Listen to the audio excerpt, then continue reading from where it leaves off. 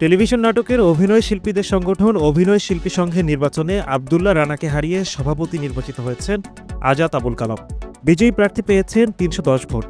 এছাড়া অভিনেতা শাহেদ শরীফ খানকে হারিয়ে সাধারণ সম্পাদক পদে নির্বাচিত হয়েছেন রাশেদ মামুন অপু। তিনি পেয়েছেন ৩৩২ ভোট। গতকাল ১৯ এপ্রিল শিল্পকলা একাডেমিতে ভোট গ্রহণ শুরু হয় সকাল ৯টায়, শেষ হয় বিকাল ৫টায়। এতে ২১টি পদে প্রতিদ্বন্দ্বিতায় নামে ৪০ জন প্রার্থী। আপিল বোর্ডে ছিলেন মামুনুর রশিদ, আবুল হায়াত ও দিলারা জামান। এবার নির্বাচনে সহ সভাপতি পদে নির্বাচিত হয়েছেন আজিজুল হাকিম, মোহাম্মদ ইকবাল বাবু ও শামস সুমন। এছাড়া অর্থ সম্পাদক পদে নূরে আলম নয়ন বিনা প্রতিদ্বন্দ্বিতায় বিজয়ী হয়েছেন। দপ্তর সম্পাদক পদে লড়েছেন তানভীর মাসুদ, তিনিও বিনা প্রতিদ্বন্দ্বিতায় বিজয়ী হয়েছেন। বর্তমান কমিটিতে সভাপতি হিসেবে আছেন আহসান হাবিব নাসিম এবং সাধারণ সম্পাদক হিসেবে আছেন রনক হাসান। তারা কেউই এবার নির্বাচনে অংশ নেননি।